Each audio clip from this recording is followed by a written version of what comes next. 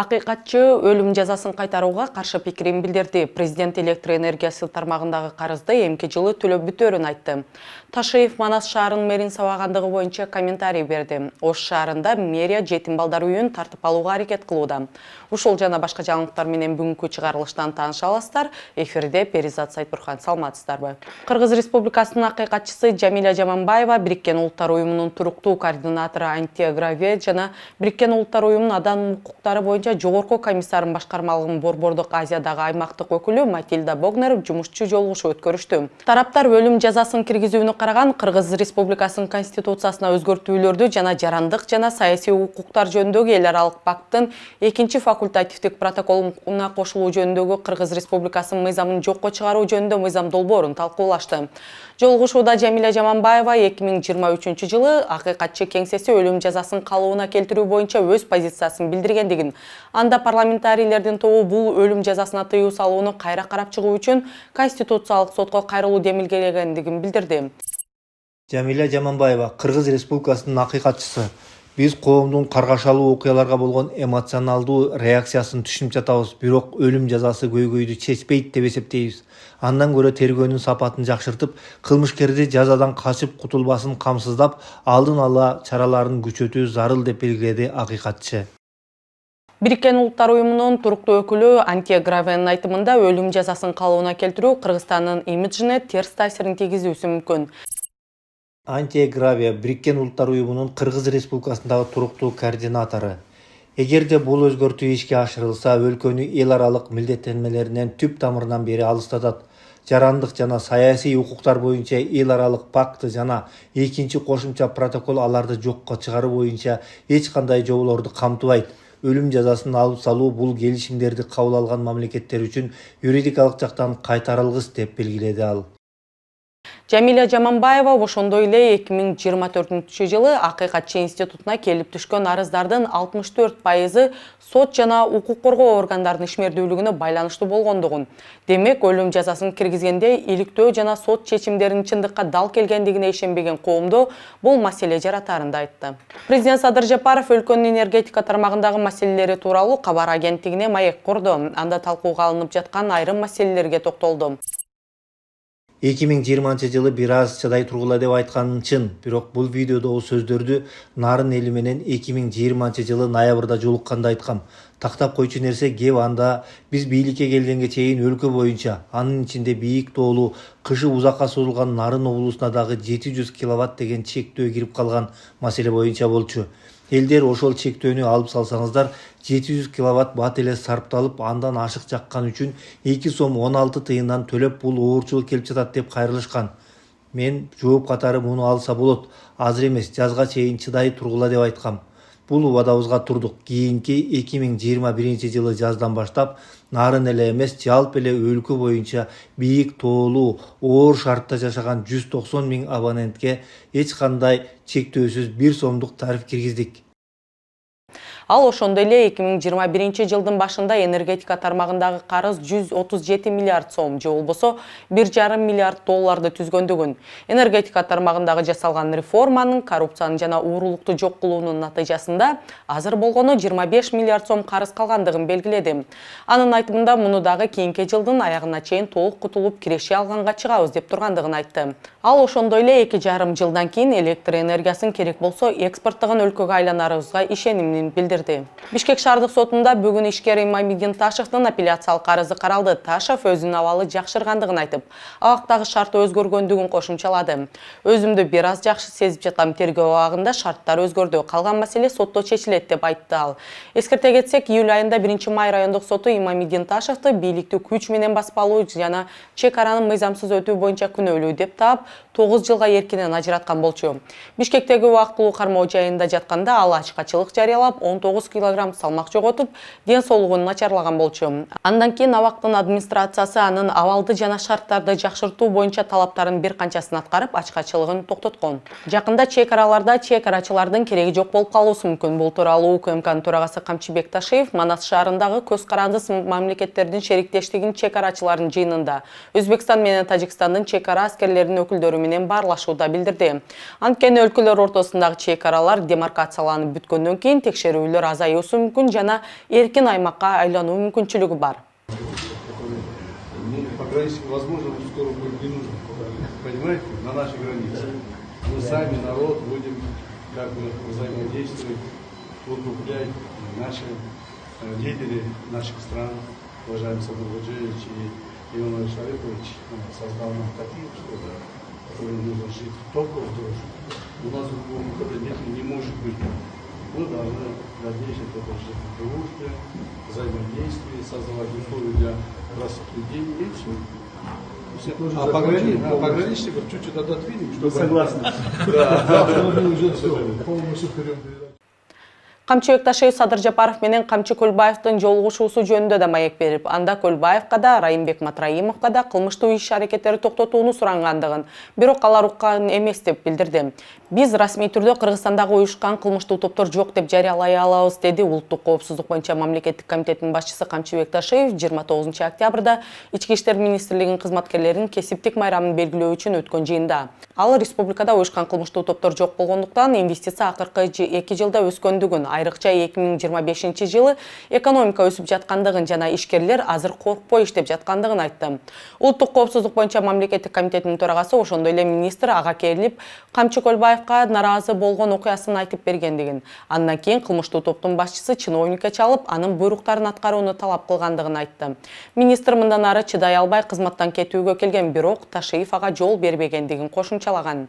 Эскерте кетсек, Камчы Көлбаев 2023 жылдын 4 октябрында өзүнүн рестораны Бландер Папта өлтүрүлгөн уюшкан кылмыштуу топтун лидерин кармоо боюнча аттайын операция түштөн кийин башталып, анын өлүмү тууралуу ушактар ошол учурда эле тарай баштаган болчу.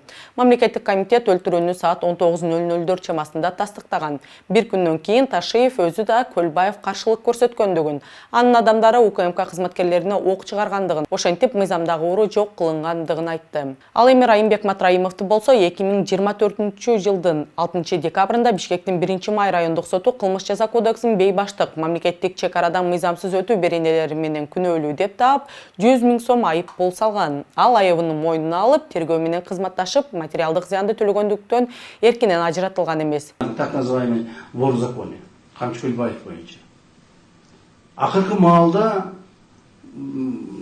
президент өзү эле айтты. Алдар чакырып айткан, ал кишиге да ошол Көлбаевке айткан, Матраимовго айткан, токтоткула депчи. Кылмыштуу ишиңерди токтоткула. Токтобосоңор биз чараны колдонобуз. Дегенде алар ой биз болду бүтүрдүк, эч нерсе кылбайбыз деп жүрүшүп кайрадан күчөп кетишти.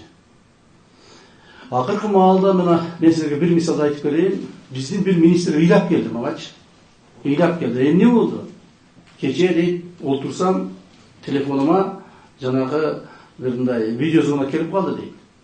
Видеозвонок келсе туугандарыбыз же башкаларбы деп баса калсам эле дейт, ар жагында Көлбаев турат дейт. Көлбаев туруп эле сразу айтты дейт. Ушу монун жумуштарды бүтүрбөй турган болсо, эртеңден баштап азабын тартасың. Ыйлап келди мага мен өзүмө. Так? Анан мен айттым, мен кетем, айрызын азыр жазам деп, жок токто, кетпейсиң. Мен сага жооп берем, кетпейсиң, иштейсиң. Деп аны алып калып, анан кийин чара көрүүгө милдеттүү болдук да бизчи. Алар кимдер депутат болуш керек, кайсы партиялар өтүш керек, ким парламентке барыш керек, ким кайсы шаарга мэр болуш керек, ошондон бери чечип калышканда. Камчы Бекташев ошондой эле мындан бир канча жума мурун Манас шаарынын мэри аны ургандыгы боюнча берген интервьюсуна да комментарий берди. Манас шаарынын мэри кызматтан кетүүнү же башка жумушка которулушун суранган, бирок ал дагы 2 жыл иштеши керек деп билдирди УКМКнын төрагасы Камчы Бекташев. Ал Эрнисбек Ормокеев бул кызматты 6 жылдан бери ээлеп келе жаткан жалгыз мэр экендигин белгиледи. Эрнисбекти шаардын Жалал-Абад, то есть Манас шаарынын мэрини качы ургулап жүрүш, буларды кайда ургулайсыз? Бул баланы ургулаш кыйын, бул өзүм спортсмен болуп турат. Бирок ошондой болсо да бул тамаша. Эрнисбек жакшы иштеп, мындан ары жакшы иштесин. Биздин мамлекетибиздеги алмашпаган жападан жалгыз ушул мэр калды. Мына 6 жылга кетип атат иштеген. Мен муну айтып атам, дагы 1-2 жыл чыдап иштеп берем деп. Бул өзү айтып атат, мен уже чарчадым.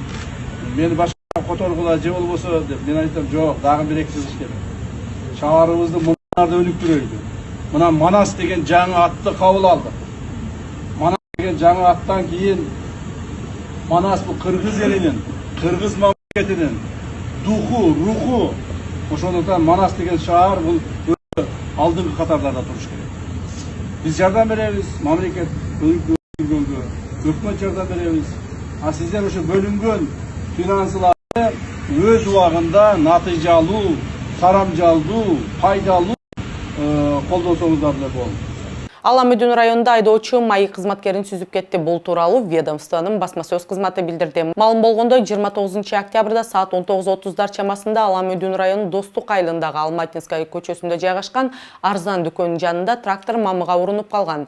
Чакырууга жол кайгуу кызматынын кызматкерлери барышканда, окуя болгон жерди картага түшүрүп жатканда кызматкерлердин бири тыгынды болтурбоо үчүн жол кыймылын башкарып жатканда аны Kia 7 үлгүсүндөгү унаа сүзүп кетип, жол кайгуу кызматкери Чүй облустук ооруканасына жаткырылган. Офицерди сүзүп кеткен айдоочу азыр милиция бөлүмүнө жеткирилди.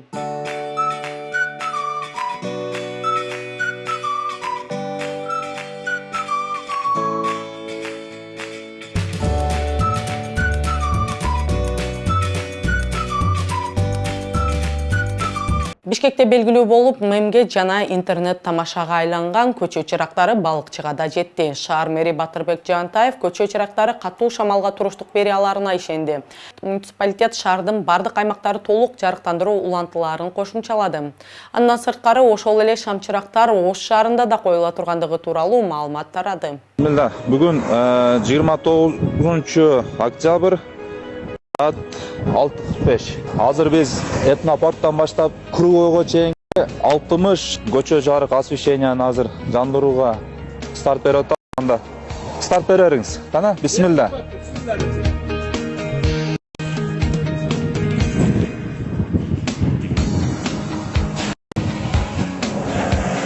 Мара качалым. О.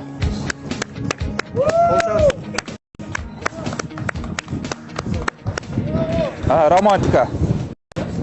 Кечээ мурдагы депутат Атазовдун үйү тинтүү учурундагы видео тасма Кыргызстан боюнча интернетке тараган болчу. Ички иштер министрлиги видеонун эскергендигин билдирди. Тасма 2025 жылдын июнь айында 263 берени уюшкан топторду жана кылмыштык коомчулуктарды каржылоо боюнча козголгон кылмыш иши боюнча жүргүзүлгөн тергөө иш-аракеттерине тиешелүү учурда Шайлообек Атазовго каршы эч кандай соттук териштирүү жүргүзүлө элек деп билдирди Ички иштер министрлиги. Басылманын булагын жана дезинформацияны жайлоо себептерин аныктоо үчүн эскирген материалдарды таратылышы боюнча тергөө жүрүп жаткандыгын айтты. Бирок бул видео эмне үчүн ошол убакта таратылбагандыгы, тинтүү боюнча эмнеге маалымат берилбегендиги албетте суроо жаратпай койбойт. Президент Садыр Жапаров бүгүн 30 октябрда Борбордук шайлоо комиссиясы өткөрүп жаткан аралыктан тесттик добуш берүү процессине катышты. Бишкектеги соода борборлорунун бириндеги шайлоо участогунда онлайн идентификациядан өткөндөн кийин система анын шайлоо округун жана участогун аныктап бюллетень берди. БШКнын төрагасы Тынчтыкбек Шайназаров президентке шайлоо жабдууларын иштөө принциптерин жана аралыктан добуш берүүнүн өзгөчөлүктөрүн көрсөтүп берди. Президент шайлоо процессин ачык айкындыгын, техникалык даярдыгын жана бардык жарандар үчүн жеткиликтүү камсыздоонун маанилүүлүгүн белгиледи. Ал эми Жогорку Кеңештин депутаты Жалалиддин Нурбаев Борбордук шайлоо комиссиясынын аны талапкер катары каттоодон баш тарткан чечимине каршы сотко кайрылды. Бул тууралуу ал өзү ырастап, арыз Бишкек шаарынын административдик сотуна жазылгандыгын айтты. Боршайком айтып жаткан 2006 жылы козголгон эч кандай кылмыш ишим жок. 1996 жылдагы иш дагы саясий негизде козголуп, аягында биз акталганбыз. Ал боюнча менин соттуулугум жок, деди Нурбаев. 28 октябрда Борбордук шайлоо комиссиясы Жогорку Кеңештин депутаттыгына талапкер болуу үчүн арыз берген 4 жаранды каттоодон баш тарткан. Алардын бири Жалалиддин Нурбаев каттабай коюуга ага мурда козголгон кылмыш иши негиз болгон болчу. БШКнын жумушчу тобунун өкүлү бул айып мыйзамсыз маңзат даярдоо, колдонуу, сактоо жана ташууга байланыштуу экендигин билдирген.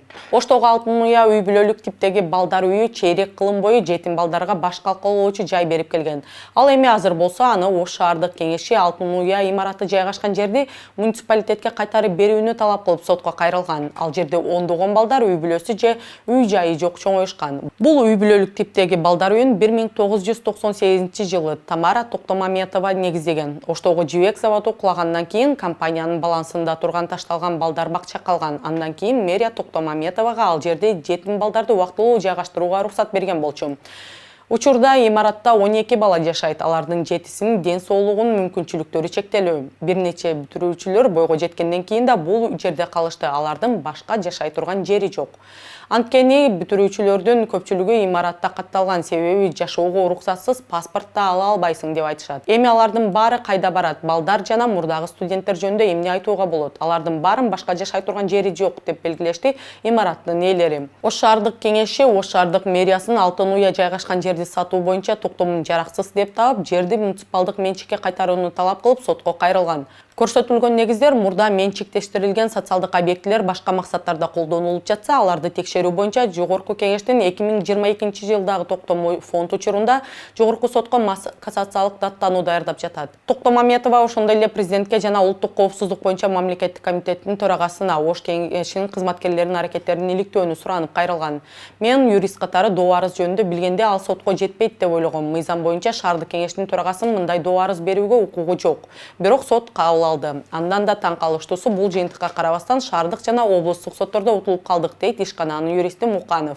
Урматтуу Садыр Нуркожоевич, урматтуу Камчыбек Кыдыршаевич, мен Токтомаметова Тамара Ош шаарында Алтын Уя деген үй бүлөлүк балдар үйүн уюштуруп, ушул жерде ата-энелик мээримден ажыраган аярлуу балдарды 25 жылдан бери тарбиялап келип атырам. Мен сиздерге кайрылуумдун себеби ушул 2023 жылдан баштап Ош шаардык кеңеши белгисиз себептер менен бизди сотко берип, азыр бүгүнкү күндө сот менен ушу канча жылдан бери алектенип келатабыз. Сот ушу кээде өздөрүнүн адилетсиз чечимдерин чыгарып, бизди ушул жерден абдан көйгөйгө салып келатат. Алтын Уя ушул балдарды мен эле эмес, ушул балдардын, ушу аярлуу катмардын балдарынын. Бул бүгүнкү жаңылыктардын негизгилери болду. Аны даярдап эфирге алып чыккан мен Перизат Сайтбурхан. Кийинки берүүлөрдөн көрүшкөнчө саламатта туруңуздар.